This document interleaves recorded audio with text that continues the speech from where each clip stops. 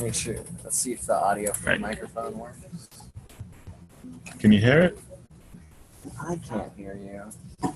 Can someone confirm I can hear you. they can hear? Yeah, we can hear you. Yeah. Cool. Yes. All right. Okay, so this lecture is going to be probably a lot more theoretical and less interactive than previous lectures. There's not going to be any live coding. It's mostly going to be discussions and looking at pretty diagrams and questions and stuff. I'm thinking that if I'm going to be coming in to do more talks after this, then at that point it'll be a bit more interactive. But I wanted to talk about some like base concepts and base knowledge that will help you understand a lot of stuff about internet technology, how it works, and introduce a whole load of acronyms that you probably have seen before, may or may not know, but also actually give you a good understanding of what they mean. And then we can introduce more acronyms if that's something people like. So a lot of the stuff that we'll be discussing today, you probably will have seen before, probably know quite a bit about, may or may not know quite a bit about. But this is ultimately it's an attempt to sort of try and fill in gaps of knowledge wherever that's possible. So we're not going to be focusing on particular technology stacks today. We're not going to be thinking even about Node, let alone of like various like servers and stuff and React or anything like that. That's all not for this lecture. It's all about protocols and theory and stuff like that. So yeah, let's start here apparently. All right, so the basic high-level thing we're going to be focusing on is a web browser wanting to view a web page. So it sends a request to a server, it gets a response, and then it displays it. Everyone, I feel, probably understands the request response idea. You get something, you ask for something, you get it back, and you normally focus on two different devices, client and server. But there's a lot of things going on here behind the scenes in a very short space of time that we're going to dive into. So firstly, what do we need as like a first component to be able to do something like this over the internet? And that would be, we want devices to be able to communicate with one another. So say I have a device in one country and I've got a web browser in another country and I want to connect to it. What does it actually mean to connect to that device? How does that work? How do we send a request? How do we get it back? So this is done by something called the Internet Protocol, which you probably have heard of. It's used in lots of, common vernacular. Also called IP, which is where IP addresses come from.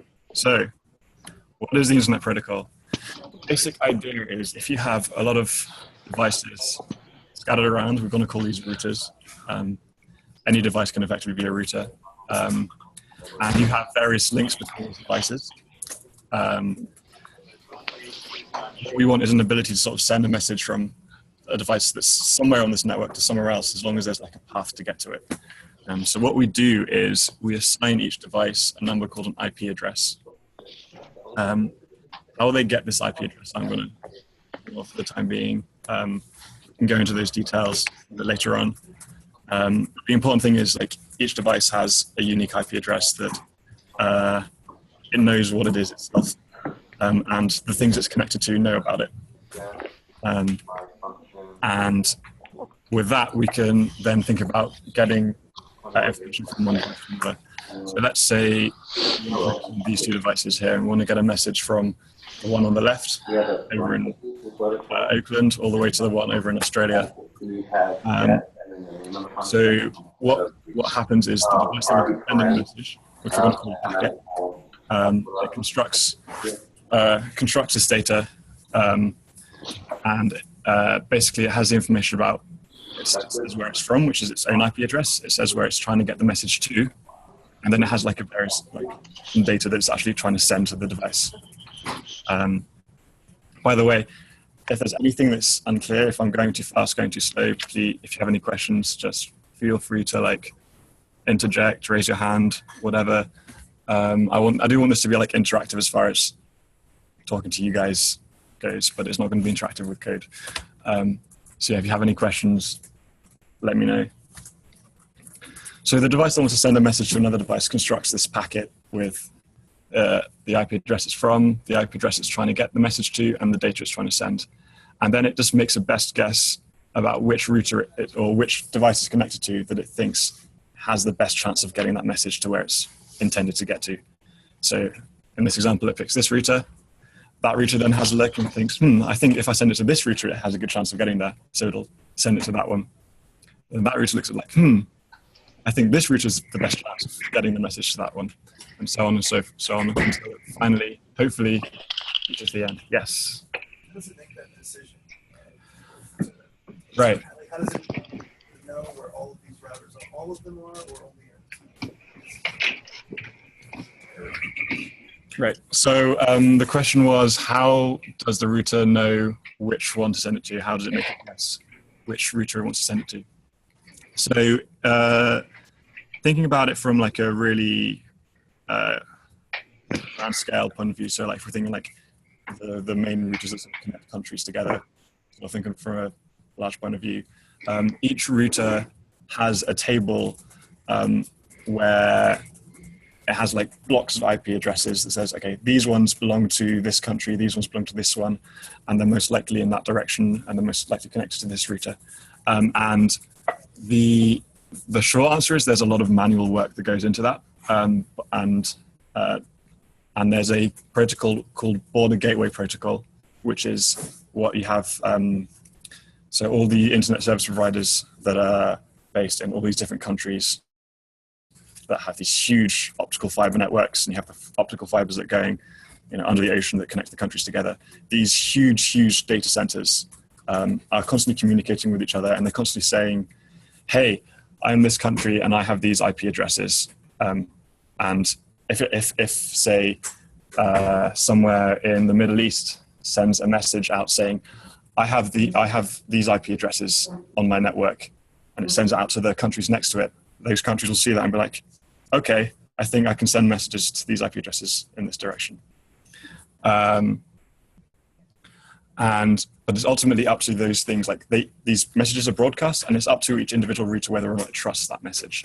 So there was actually an incident a few years ago, I can't remember the exact details, but a country in the Middle East claimed to own IP addresses that Google owned and broadcast that message. And for a brief period, a number of countries were routing traffic that was intended to go to Google to these servers in the Middle East. So what Google then did is claimed, they sent a broadcast message claiming they owned smaller groups of IP addresses, which takes precedence, which ultimately fixed the problem, and then temporarily fixed the problem until they were able to address the security issue on a wider scale. So another way of putting it is gossip. That's how these routers know where to send the packets.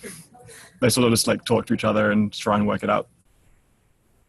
That's on a large scale. And that figuring it out, that is part of the IP protocol?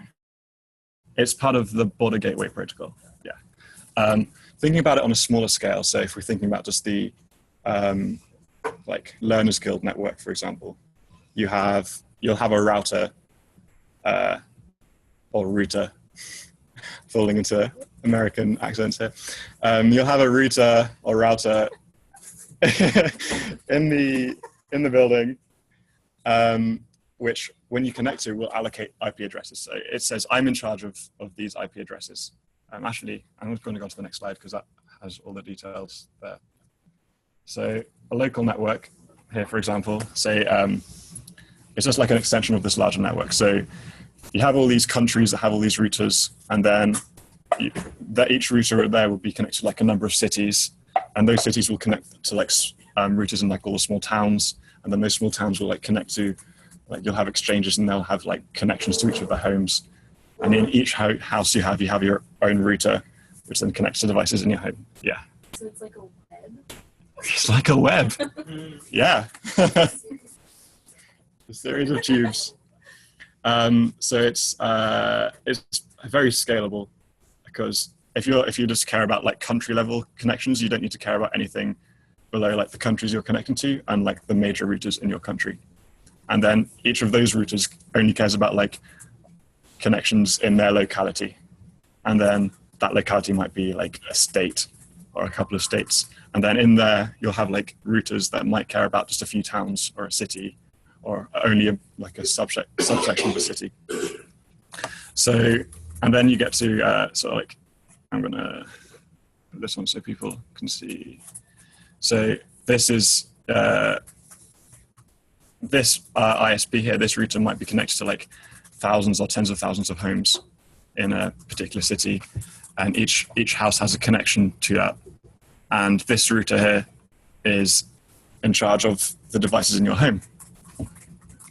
And it will, every time a device connects to it, it will allocate a new IP address that it has control over. And so this router knows more accurately exactly where the IP addresses are. Do you have a question? Let's check. So if an IP address falls within the range that it controls, it can send it directly, that message. If it isn't one of those IP addresses, this guy knows where to send it. And it's pretty simple. It's either on my network and I send it directly to the device on my network, or it's not on my network and I send it upstream. And that's sort of the general structure that you have until you sort of think about things on a country level, where it uses BGP. Cool. Can you say the name of that protocol again? Border Gateway Protocol. Yeah, I think Border Gateway. Let me just confirm. Yeah. Cool. Any questions for anyone from this? All right. So there's this cool tool called Traceroute that's available on most operating systems that actually allows you to sort of inspect the route that packets will take when you try and reach a certain address from your own device. So here's an example traceroute from my home to my website. So I'm like, can you tell me what the route is here? And the first hop is, this is my home router, and it goes through some various things before it's reached the UK, and it goes through some routers in the UK until it reaches my ISP, and then finally server based in the UK. And each of these things here is a different router. So it has like 14 hops to finally like reach my server. I might go into details about how this works later on if there's time, but it's not too important. All right, so if we think about our end goal again, we're trying to get a web browser to be able to view web pages. So send a request, get a response. So what are the components that we've described so far? So we have a way of identifying devices on the internet, which we're going to call hosts, using IP addresses. And we have a way of sending small packets of data, like in the general direction of the devices we're trying to communicate with. Is this enough technology that we've introduced to be able to display web pages on a web browser? Not quite yet. We're missing a few things, and we have some problems. Right,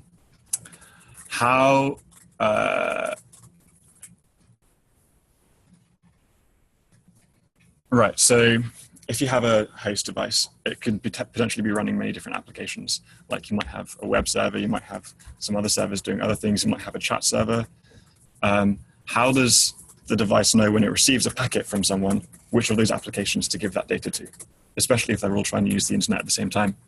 That's not something we've addressed yet. We just know how to send something to a device. We don't know how to send something to a specific application on a device. Another problem is that packet delivery over the internet is unreliable. Packets could get dropped, corrupted, duplicated. You could receive them out of order. And there are many different reasons for this. It's not guaranteed that the packet's going to take the same route every time you send something to a server. It might go one route another time, might go another route another time, sort of deal with congestion, if like routers come online, offline, like the shape of the internet's constantly changing. So there are lots of reasons why packets may or may not get to their destination, corrupted, duplicated, out of order, etc. So this is something we need to account for when we're trying to like send data from one device to another. And there are a couple of other problems. We haven't yet described how we get from domain names to IP addresses. So like github.com to like, what's the IP address of the server that's hosting github.com? We don't have that information yet. We don't know how to get that information. And we also haven't described what a request from a computer to a server looks like when we're trying to get a web page. So what does the client send to the server when it's like, I want to view this web page? And what information does does the server send back? So let's deal with these two problems first. So we want to be able to direct messages to a specific application on a computer, not just the computer itself. And we want to make delivery of packets reliable.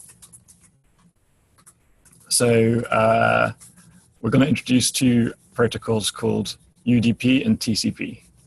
Has anyone heard of these before? You've heard of TCP? Cool. All right. Does anyone have what I think is a basic understanding of what these are? Cool. All right. Nice. Fresh start. So these are two protocols that are built on top of the Internet Protocol. They're actually part of the Internet Protocol suite, and they were all like released and made like a standard at the same time. And they send their data inside of IP packets. And it allows for many different applications to receive data on the same host by listening to different ports. Who's heard of ports before? Yes, cool. 3000, 8080, whatever you fancy. Yeah, so ports are something that you can see in the URL, unless it's using the default port. Does anyone know what the default port for HTTP is? Nope. Nope. Nope. Nope. All right, cool. This is great. I get to introduce more information. We'll come on to that in a later slide. So I'm actually not going to tell you what it is now. I'll leave you hanging. Cool. So UDP and TCP aim to be optimal for two different situations. So UDP is useful for applications that require low latency. So they are optimized for things like video calling, voice calling, multiplayer gaming, streaming. UDP is not a reliable protocol. It just aims at getting the packets to a specific application. It may or may not get there, may get there corrupted. So it still has a lot of the same problems that sending raw IP packets has. The other use case, TCP, aims to give reliable delivery of information to a device. So think using that for like file transfers, text chat, and viewing web pages, which is ultimately our end goal with this lecture. Cool. So how does UDP work? So thinking about it from the server side, that a server that wants to be able to receive information from a device. Let's say we have two applications on this server. I'm just going to switch. That's why I can't do it, because I've still got the pointer mode. Okay. So the application first requests, hey, can I receive all UDP packets that are addressed to this port? So it says, can I have port 101? And the operating system then makes a decision whether or not to allow that. And it says, yeah, sure, go ahead. So application 1 will now receive all UDP packets that reach this server that have port 101. And say application 2 then is like, hey, I also want to listen to port 101. The server will reject that because port 101 is already assigned to an application that's listening. The application can then be like, can I have port 201 then? And then, yeah, the operating system might grant that request. So now we have a server that has will accept packets for 2 different UDP ports and forward them onto the right application. So now if we bring a client into the picture, a client that wants to send UDP packets to the server,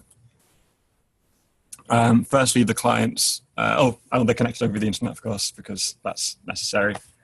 The client says, can I have a random UDP port? I don't really care what it is, but I need a port to be able to receive my responses. So the operating system will say, you can have this port to receive responses on, and then assign a port to it. And then the client can then construct an IP packet, which has, and this is, so IP also allows you to specify which protocol it is. And then that allows the operating system, when it receives a packet, to know how to deal with the data, which for UDP is this stuff here. So UDP has a from port and a to port, just like there's a from IP address and a to IP address. So, so this client app is sending a message from port 31022 to port 101 to this device here, and it's sending this data. So the client sends it to the operating system, which sends it to the network card. The network card will be like, cool, I know how to send, I think this router will be able to send it. And then this router's like, cool, I think this router will be able to send it to this destination, so on and so forth, until it reaches the network card of the server you're trying to reach. And it's like, cool, that's me. I can deal with that request. And then it sends it onto the operating system. It's like, hey, we've got a UDP packet for 101. And it's like, cool, I have an application that's listening to that right now. I'll send it onto that application. And then application 1 gets the packet. And then application 1 can respond, construct a packet, be like, cool, I'm going to respond with my own UDP packet back to where it came from. So it sets the to port to the client port that this client requested, sends it on to the operating system, which sends it onto the network card, which sends it over the network, over the internet, gets received on the network card on the client, which passes it on to the operating system. Is like, hey, is there anything listening to port 31022 on UDP? And it's like, yeah, there is. So I'll send this message onto the client app. And that's basically how UDP works. So you can have, there's about like 64,000 ports that you can choose from, which is a lot. So you can have many different applications, and applications can listen to multiple ports as well if they want to. There's no reason why an application is only allowed to listen to one port. Yeah, and that's how you direct messages to a specific application on a specific device. Yes. What defines or delineates an application? Like if I'm on Chrome, Right. that's an application. And Right. If I'm on Google.com, and Right. I'm also on GitHub, Right. are those two separate ports on my computer technically? That then, is it like 31022 and 31023? Right. So it's basically up to Chrome what it decides is different applications. Like an application can split itself up in many different ways. You can have sub-processes, you can have threads, etc. But conceptually, for the purposes of this lecture, Chrome is a single application. A single application which may make many different requests. It might have many different connections open at the same time. So it might decide to ask the operating system for dozens of these ports to receive messages from. But it's on one port that it has the ability to take the packets that it's getting from GitHub and put them in a different window. Then. Right. Yeah. It can take each packet and be like, okay, this is for this window. This packet, this is for this window. But there are a few more layers between that, between actually receiving a packet and displaying a web page, which I'll be going through in a bit. But ultimately, yes, if the application is receiving data from many different sources in the same port, it can then make a decision how it's going to use each of those packets individually, and it might demultiplex them, is what it's called. Yeah. This is a lot of information that I've just thrown at you. So don't worry if you can't digest it all immediately. It's being recorded, so you can look over the video when it's on YouTube. But for now, are there any other questions that people have before I move on?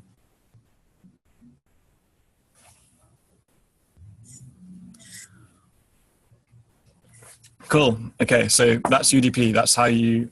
Oh, yeah. Just network card. Yeah. In your computer, you have a network card, Mm-hmm. and that just knows about your local network router. I guess. Right. So it's again here. It's more of a conceptual thing, but yeah, it can be like a physical thing. It generally knows it's connected to this network here, and it has this IP address. You might have multiple network cards if you got like if you connect to Wi-Fi as well as Ethernet. Phones are an interesting example because you might be connected to like 5 or 6 different networks at the same time over LTE, 4G, Wi-Fi, Bluetooth, whatever. All of these are like potential ways in which your devices can be connected to the internet. Know the SIM card? So yeah, a SIM card wouldn't be the network card. It just contains information that allows you to use your network card to connect to like mobile networks, mobile providers. Yeah. Cool. All right. So TCP. So we still haven't solved the problem of like data delivery being unreliable and not being able to actually get it all the way to the server. So TCP solves that. It's pretty similar in that it uses client and server ports in the same way.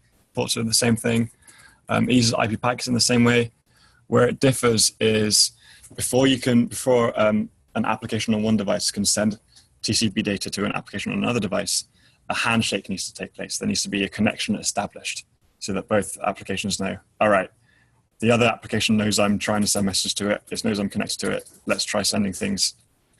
And each packet that gets sent over TCP gets associated with a number so that missing and corrupted packets can be resent and duplicated packets can be ignored. And when you receive all the packets, because you're likely to receive them in the wrong order, you can reorder them so you get them like if you get them in the right order. Or you can read them in the right order.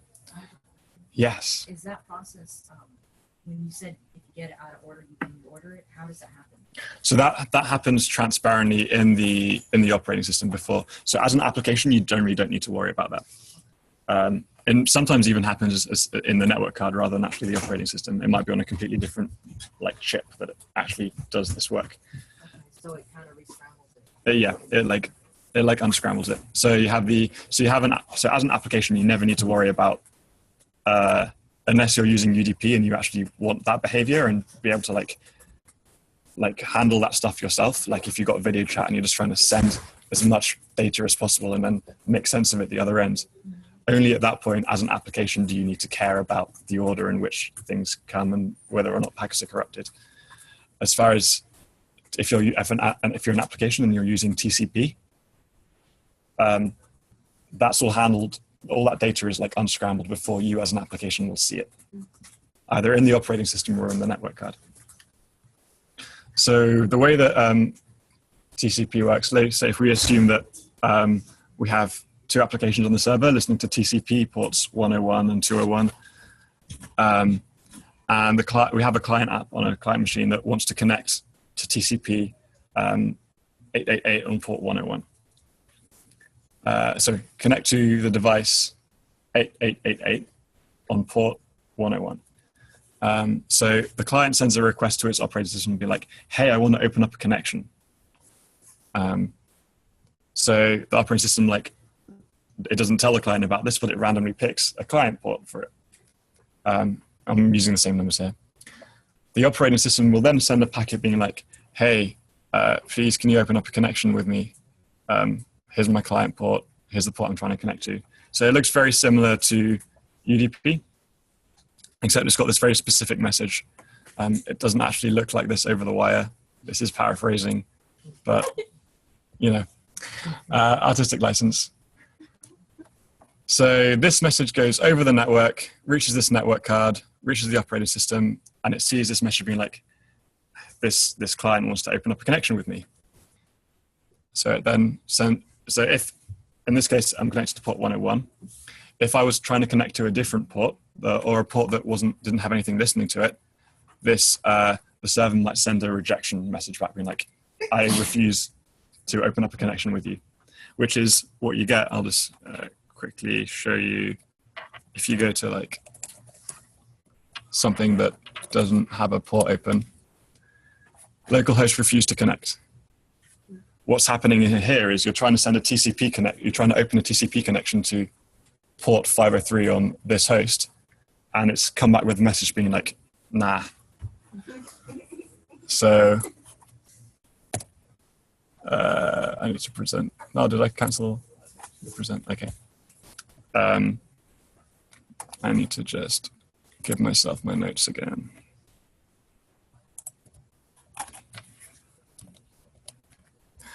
Pro tip, do not cancel the slideshow whilst you're giving the slideshow. All right, so it sends a message being like, hey, I want to open up a connection. The server responds being like, yeah, I'm listening to 101. I'll accept that connection. So it sends a message being like, yeah, sure, go ahead. Let's get this started. And then the operating system is like, great. So it sends the client out being like, we have a connection now, you can start sending data. But before it actually sends the data, it sends one final packet saying, awesome, thank you. And that's like the end of the handshake. When the operating system receives that packet, it then tells the application that's listening and accepting connections on that port, hey, we have a new connection. At which point, that application can also start sending data back the other direction, and will start receiving the data from this new connection. So, connection established. We can start sending data back and forth, and it's reliable because all of the unscrambling and stuff is handled in this protocol by the operating system. And it's great. This is very useful. We will use this in a bit. Are there any questions at the moment? Yeah.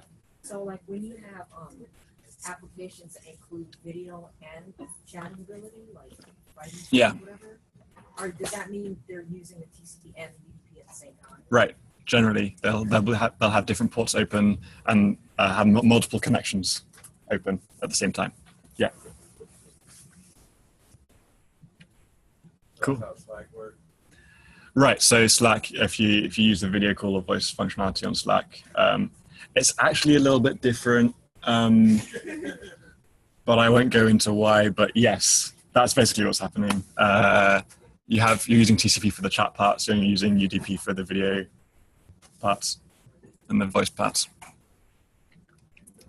because it matters if you incorrectly receive text, and it doesn't need to be there like within a few milliseconds. It can be, if it needs to, it can be like a little bit late, as long as it gets there accurately. Yeah, cool.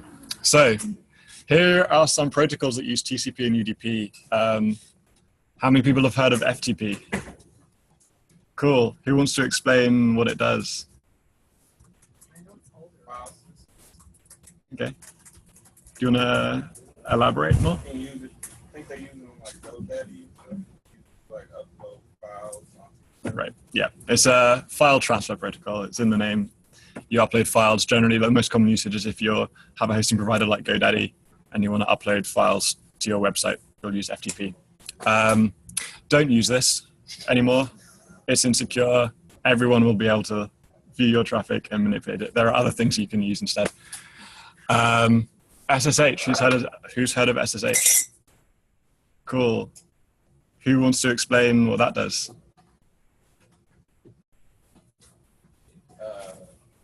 Oh, yeah, you haven't gone yet. I think it allows you to securely look at stuff on another computer and something back and forth. Right. So that's one of the things you can do with it. Ultimately, it conceptually connects to securely, connects to another computer, and then opens up a terminal, a shell on that device that you can then use like you can with your terminal application locally.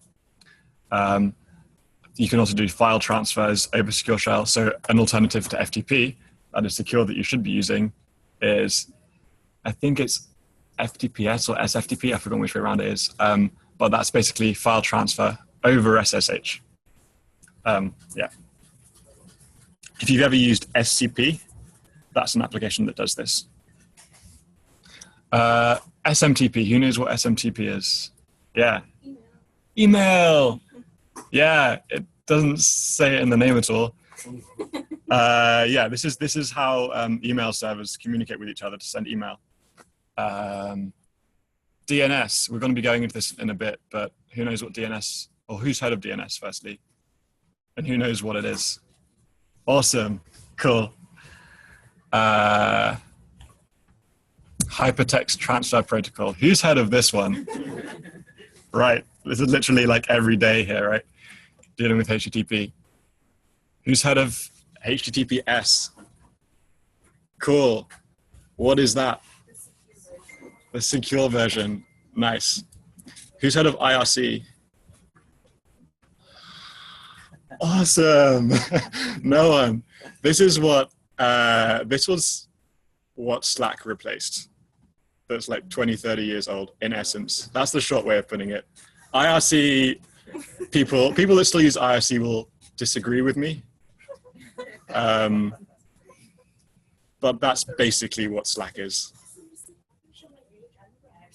Yeah, nice, awesome. Yes, we have some IRC users, cool. You can still use it. You can use it with Slack. Slack has an IRC gateway. If you refuse to use Slack's UI, you can connect to Slack using IRC instead, which many people do, especially at my work. About half the people at my office refuse to use Slack. So they still use IRC, but connect to Slack. Cool.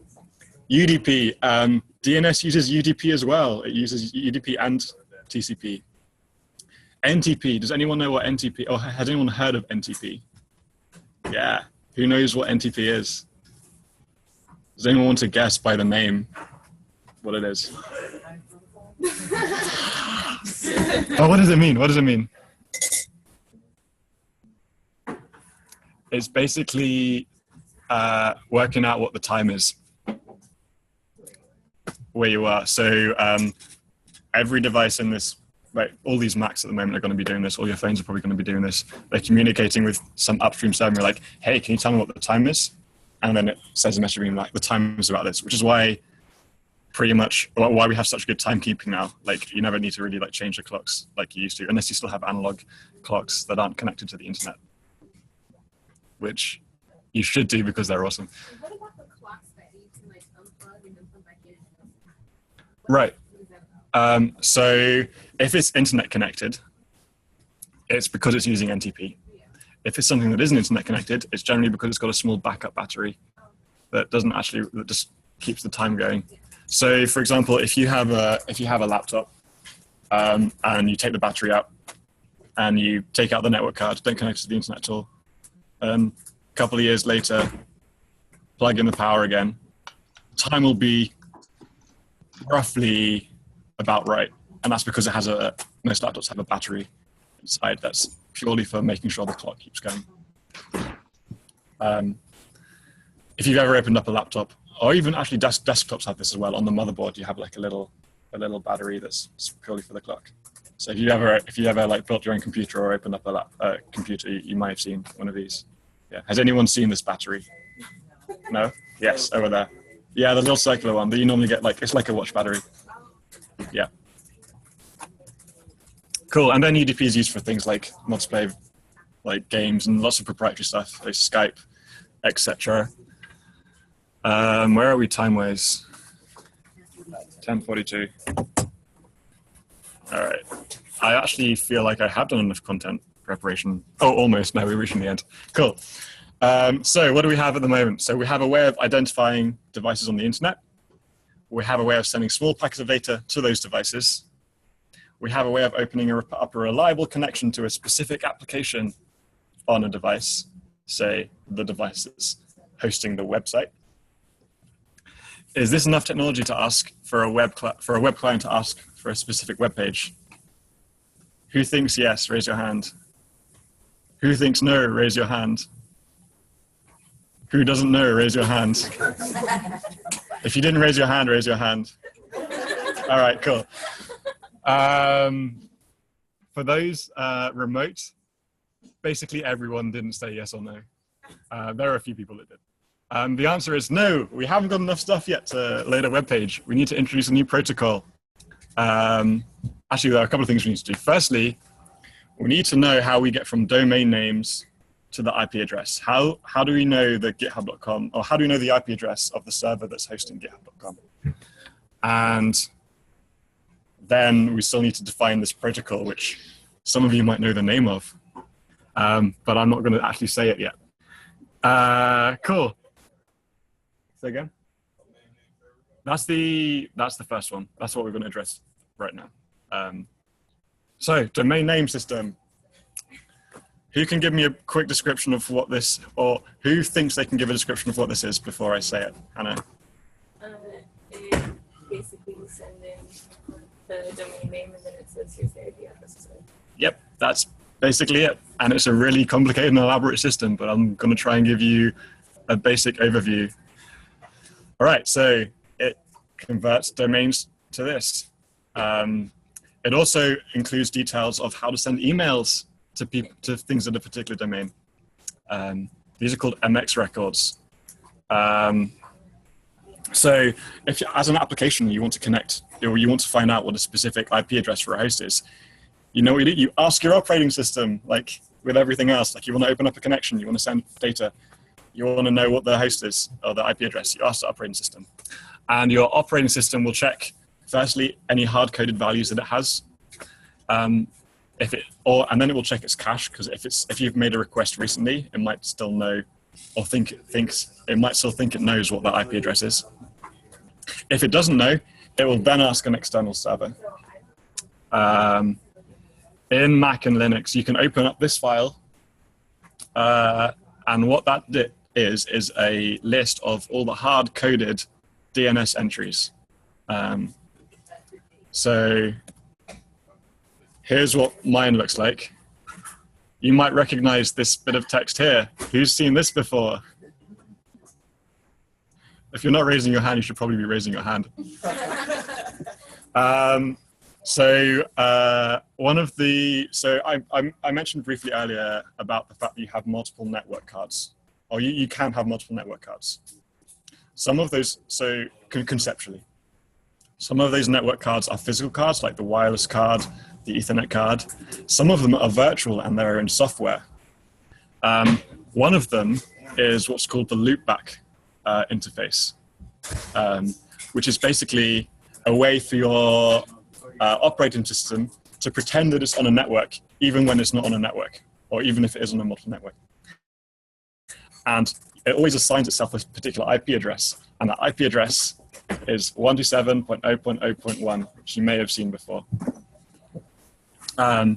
If you really, really want to, you can change this behavior, but don't. There's no point doing that. This is a standard. This is how it works on pretty much every machine: Windows, Linux, BSD, Mac, Android, iOS, Palm Pilot, Nokia, whatever. Every device has this same idea. Like, I always have an IP address, regardless of whether I'm connected to a network or not. If I am, then I have more than one IP address. Great. The more IP addresses, the better. And what this actually allows is for applications all on the same device to connect to each other using TCP, using UDP, and any other protocol that's built on top of IP, which is what happens when you visit localhost in your browser. So, like, as a web browser, you want to connect or view an application that you're running locally. It sends a request to the operating system like, hey, I want to connect to this IP address. And your operating system says, oh, that's me. Have I got any applications that are listening to this port? And if it has, then it then sends it over to the right application. Cool. Yeah.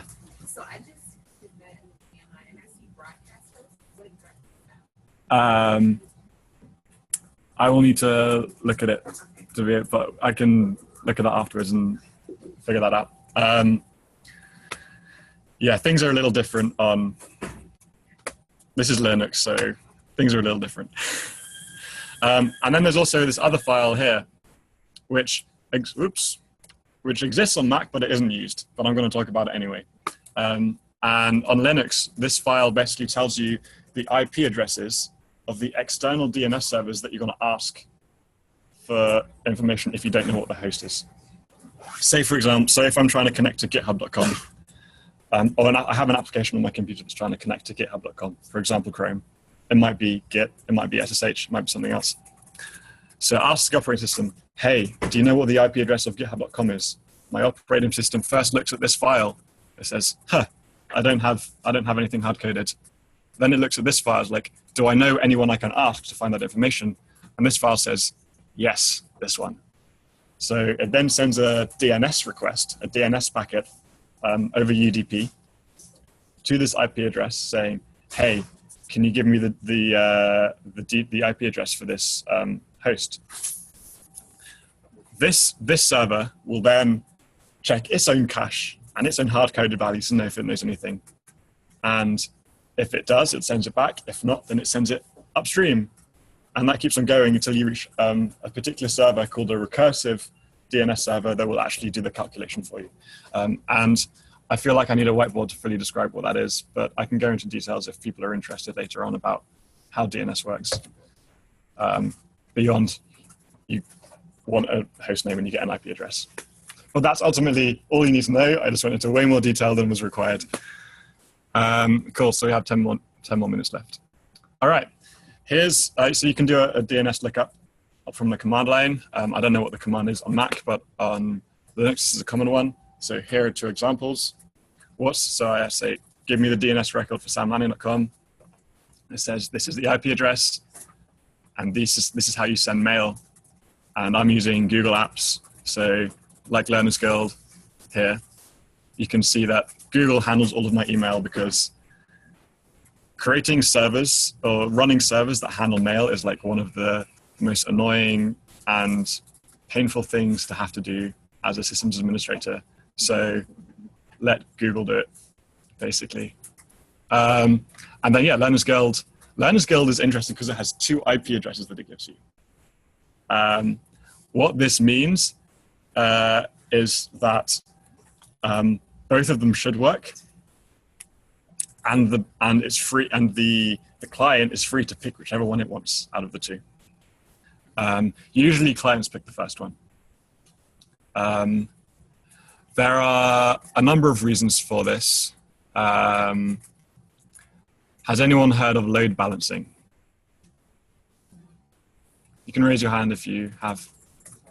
Yeah, cool. Does anyone know what load balancing is? Yes. Basically, maybe if the traffic goes to a more different places, so they don't end up on one of the servers. Right. It's spreading the traffic over multiple machines that can receive and appropriately handle that information. So giving multiple IP addresses back is one technique that can be used. Unfortunately, most devices still use the first record, so it isn't really effective. So something you do is called DNS round robin, which means that you'll give it back in a different order each time you ask for a request, so that it's more likely that people will be going to different IP addresses rather than everyone's still going to the same one. Cool. All right. So what do we have so far? We have a way of identifying hosts on the internet. We have a way of sending small packets of data. We have a way of opening up a reliable connection to one of those devices. We have a way of getting the IP address for a specific host name. Is this enough to load a web page? Raise your hand if you think it is. Raise your hand if you think it's not. Raise your hand if you don't know. Raise your hand if you didn't raise your hand. That does not count as hand raising. People, this is not how you raise hands. You need to actually lift it up and defy gravity. All right. No, we don't have enough stuff yet. We haven't yet described how what a request to display a web page is like. What do you send a server when you're like, I want to view this web page, and what does the server send back? Anyone know what this is called that we're about to go into? I'll give you a clue. It starts with an H. Yes, yes. HTTP, Hypertext Transfer Protocol. Who can tell me what technology they think this is built on top of? Bingo. HTTP is built on top of TCP, and the standard port uses port 80. So when you have a web address in the browser, and you don't have that colon and then some number, port 80 is being used. When you do have it, it's using a different port. So I'm going to take a risk. Damn it. No, I'm going to have to restart. Okay. If, say if I try to go to, what's a good one? Okay. No, that one won't work either. Okay, let's do asd.com. Example.com, that exists. Example.com. All right, so example.com is a website that actually exists. It's actually a reserved website purely for being used as an example. It's kind of like the politics around example.com is kind of interesting, but legally you're allowed to use this in documentation everywhere. It's like copyright free. You can paste it in, link to it, and it's fine.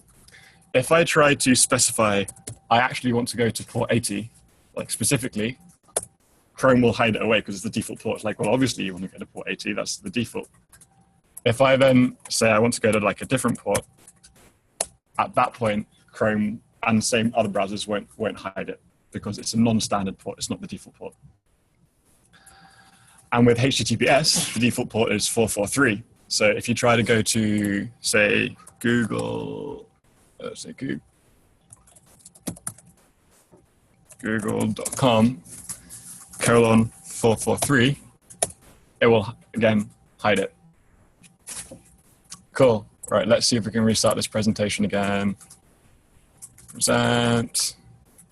Presenter view, move that to my other window, full screen. All right, so HTTP is built on top of TCP. HTTP version 1.1, which is the one you'll most commonly see documentation about online. It's supported by all the major browsers. It's supported by all the major server software. It's the only one you really need to care about, at least to begin with. And until about 2 years ago, it was still the latest version. It's been the latest version for like 20 years. HTTP 1.1 is a text-based protocol. So how many people saw Trevor's talk on Monday or lecture on Monday? Yeah, a couple of people. Okay, so he went over what raw HTTP looked like, which is basically text. It's human readable. You can understand it. I would recommend having a look, like after this lecture, having a look at that lecture on YouTube if you weren't there to see it. It'll go like this. It'll actually go into the detail of the structure of what HTTP looks like, way more than I'm going to talk about today. And given I only have 3 minutes left, definitely don't have time for. So it basically like sends text over the wire, text back, and each request and response has a collection of headers, which is basically like metadata, things like cookies, things like the path, things like, by the way, I'm using this browser, things like these are the types of files I accept. This is the language that I use so that browsers can like send different web pages for different languages. For a while, I accidentally set Spanish as one of the languages in Chrome. So my language priorities were British English, Spanish, American English. And for a while, I had no idea why when I was looking at certain websites, it was showing it to me in Spanish first, because English was my default language, right? Wrong English. So yeah, websites that understood this header, this information, were giving me pages in a language which I didn't actually understand, but was attempting to, which I think is why I actually changed the setting and forgot about it. Cool, so the basic idea is client sends a request and then server sends a response. Each file that the browser wants to load, so you load a homepage and then you can see from that homepage that you also need to load some CSS files and some JavaScript files and some fonts and some images. Each of those different files is a different HTTP request the browser sends back to the server, and the server responds with that data. Any questions about that? No, cool. Like side note, the reason why I was talking about HTTP 1.1 in particular is because there is now a new version called HTTP 2, which was previously called Speedy, spelled SPDY, because who needs to use vowels in the tech world? Started off by Google and then worked together with various other internet companies to sort of finalize the protocol and make it the official next version of HTTP. Things are a little bit different with HTTP 2. The high level concept is still the same, but it's no longer a text-based protocol, so you can't do the same thing. Another difference is HTTP 2 requires you to always be connected over a secure channel. So you can't use HTTP 2 if you haven't got security set up on your server, and you can't use HTTPS. If you can't use HTTPS, you can't use HTTP 2. There's like lots and lots of resources online about all this. It's all very new, so it's like pretty cutting edge, and there's some really cool features that it has. It's not necessary at all for you to know it for the next part of your learning, but it's interesting and it's some pretty useful stuff. We use it at my company and take advantage of it. Okay, so going right back to the start, we're running over a little bit now, but I'm just going to go back over to the high-level process. So what happens when you open up a web browser and view a web page? Firstly, the web browser says, what is the IP address for this thing? Your operating system then, if it's in its cache, it sends the information back. Otherwise, it connects to a DNS server and says, hey, can you tell me what the IP address of this thing is? The DNS server then responds, it has this IP address. And the operating system sends that back to the browser. And the browser's like, great, now I know what the IP address is. Now I can connect to HTTP and actually send a request. So that's what happens next. So it's like, please can you open up a TCP connection on port 80, because that's the default port for HTTP, to this IP address, which is the IP address it just received. And that was as far as I got with the animation, so I'm going to hand wave the rest of it. The operating system then, as we showed with the TCP handshake, it creates a client port. It sends a request like, hey, can I connect to you on port 80? The server will then respond, yeah, sure. And then the operating system will be like, great. The operating system sends a message to the browser being like, we've got a connection established. The operating system on the server sends a message to the web application saying, you have a new connection. And they'll pass it on to something like Express or whatever web server you actually use that's made that, like, requested from the operating system that it would get those requests. Then at that point, the browser's like, cool, I'm going to send a request for this web page that I want to load. So it sends a request for the web page along with all of the headers, which include cookies and stuff. The web browser, or the web server then responds with, this is the web page. The web browser will be like, cool, these are the other files I need to load. So it'll send 10 more requests, and the web browser will be like, cool, here are 10 more files. And then the browser like, damn, I need to load 20 more files. So it'll send 20 more requests. And then eventually the web browser has everything it needs, can render the page, and you have a web page. And that happens like super quickly. But not always. Sometimes it's really hard to like optimize to make sure that, especially if you're connected to a server at the other side of the world, because then you've got like 300-400 millisecond delay. Then like each round trip takes 400 milliseconds. So if it takes like 4 or 5 round trips to like get everything, that's like 3-4 seconds to load a web page. That's before like even rendering it. So this is actually like, there's a whole field about optimizing this. Facebook actually used machine learning to crazily like send various different, they like experiment across their like billions of users with all these different techniques, and they work out using crazy maths which one's probably the best, and they sort of tend towards that to sort of speed up page download and rendering times. So it's like, if you can apply ML to it, then it's a crazy field. But it's like this whole field about making sure that you optimize and get everything over to the browser as quickly as possible. It's kind of interesting. All right, I guess that's all the content I prepared. I wanted to talk about cookies and sessions as well, but that's probably better suited for like an interactive code session the next time. Are there any like closing questions? Yeah. I just have a random question about. It's interesting to me that there's a separate battery for the clock. Clearly, it's really important to keep time because I'm remembering Y2K. Yeah. Why is it so important to keep time? Like I imagine there's a lot of programs that depend on the time or something. And why was Y2K a thing? I mean, we're so afraid of the time. It seems like all the programs that I use, it seems like they would work without the time. Right. So one of the most important uses for time is sometimes they're used in protocols, in like exchanging information and stuff. In particular, security protocols for like establishing secure communication with someone. There's been a trend in the security industry of designing protocols that don't require you to know about time, because it turns out that time is easy to like, if you're like on the same local network, it might be quite easy to like intercept someone's NTP and change the time on their clock and change the time on their computer, and then be able to use that to like break the encryption, which is only something that's sort of like been done kind of recently.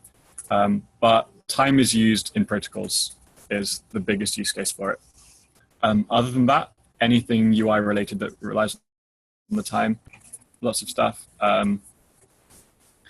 It's if you have like protected copyrighted content on your computer or device, say for example, on a PlayStation when you rent a movie, or on your computer when you rent a movie, it's important that the time's correct, because otherwise you can watch it for longer than you're allowed to. If you have software that uses licenses that expire after a certain amount of time, they use the clock. A common trick to get around that is by changing your clock, which I may or may not have done in the past. Sounds like other people here may or may not have done in the past. I do not condone or whatever, but it totally works. Yeah, so time is used for like lots of things. Yeah. Any other questions? I have a question. All right, I'll stick around for a little bit. Feel free to come ask me more specific things. I can go into like super detail about anything on here, or clarify anything, or explain something in a different way if it wasn't clear. Yeah, thanks for having me. It was fun. Thank you. Thank you.